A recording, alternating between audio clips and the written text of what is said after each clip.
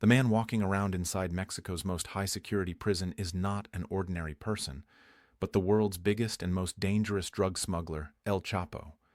Special CCTV cameras are installed in his cell, through which he is monitored 24 hours a day. There is neither any ventilation opening nor any window in his cell. Only a shower area is built in one corner. The surprising thing is that despite such extreme security and constant surveillance, El Chapo walks toward the shower area and then suddenly disappears from the sight of the security staff. After half an hour, when suspicion arises, the guards enter the cell, but the world's biggest drug smuggler has already escaped. From where and how did he escape? Let us take a look at El Chapo's life and his escape. Once again, welcome to USA Doc Videos. Born in 1957 in a small town of Mexico called La Tuna, El Chapo's real name is Joaquín Guzmán. Later, he gave himself the name El Chapo. His habit of drug trading was inherited by him. His father, who himself was a small-time drug dealer, kicked El Chapo out of the house at a very young age. El Chapo had no source of income to survive. When he could not find any work despite searching, he also started selling drugs. At just the age of 15, he began growing drugs himself. He would choose deserted areas and start cultivating marijuana there.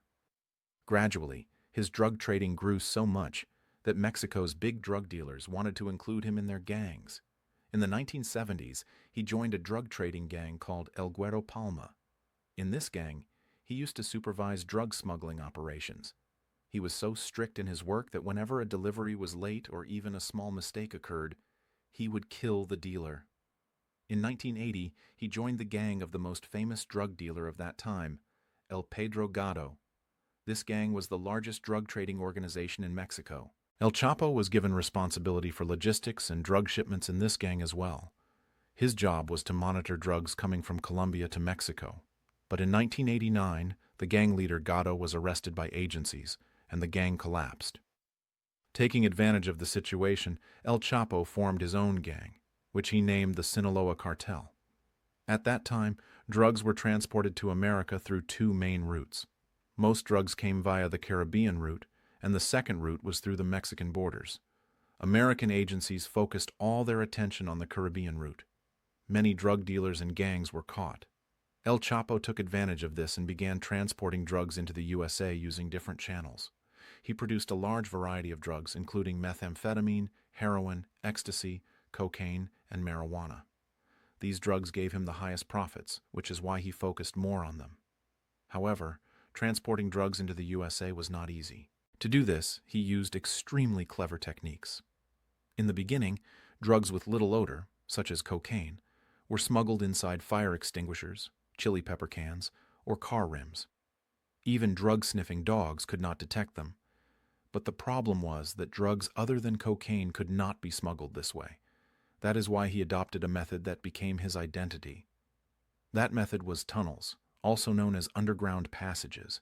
He invested millions of dollars, hired experts, and built underground tunnels equipped with complete electricity and ventilation systems.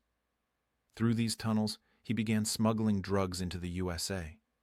In 1990, FBI officers were shocked when they discovered El Chapo's first tunnel. The tunnel was 300 feet long and had a complete electricity setup. The tunnel exited inside a house, which was El Chapo's safe house. In emergency situations, he could also escape through this tunnel. El Chapo knew all the rules of this business. That is why, despite many attempts, he could not be caught. In November 2010, another tunnel was discovered in Otay Mesa, which had similar facilities. But apart from this, a rail system was also installed underground, through which debris during construction and later. Drugs were transported through these tunnels. In 2012, tunnels were discovered in Tijuana, and in 2013, even more tunnels were found again in Otay Mesa. Seeing his extraordinary expertise, El Chapo and his gang began to be called the King of Tunnels. He constructed his tunnels so deep that even ground-penetrating radar machines were unable to detect them. He cleverly hid the entrances of the tunnels, such as beneath bathtubs or toilets. Before constructing tunnels, he carefully selected the location. He decided to carry out most of his smuggling from Otay Mesa, a city in California located on the U.S.-Mexico border. he chose Otay Mesa for 3 reasons. The first reason was that Otay Mesa was close to 2 major transport hubs, Tijuana and San Diego, and because of these hubs, transporting drugs to agents became very easy. The second reason was that it was an industrial area with many factories. The heavy machinery and traffic noise from the factories were very loud, making it easier to dig tunnels because the sound of excavation was hidden by factory noise. The third reason was the soil of the area. One side of the city is near the sea, which keeps the soil very soft, making digging extremely easy. On the other side, there are mountains that provide strength to the soft ground. Because of this, the land was ideal for preventing tunnel collapses. On June 19, 1993, Mexican authorities finally arrested El Chapo. He was sentenced to 20 years in prison and sent to jail. However, even this prison became his office. By bribing prison staff, he obtained every facility for himself. He even arranged business meetings so that his operations could continue smoothly. In 2001, the Supreme Court of Mexico passed a decision after which the process of prisoner transfers between the United States and Mexico became easier. El Chapo knew that due to drug smuggling, the U.S. government would definitely bring him to the USA and imprison him. He also knew that once taken there, escaping would not be easy. Therefore, El Chapo planned his first escape from a Mexican prison. He bribed prison guards with $200,000 and escaped from prison by hiding inside a laundry basket. For the next 13 years, because of his tunnels, drug trade, and other crimes, he continued to torment the governments of the USA and Mexico without getting caught. But after 13 years of effort, Mexican agencies finally discovered his exact location and raided his house. Once again, he had already arranged an escape plan. He entered a secret tunnel beneath a bathtub in the bathroom. However, this time, the authorities did not let him go far, and he was finally captured once again. He was then sent to Mexico's most secure prison, Altiplano Maximum Security Prison, where he was kept under special surveillance.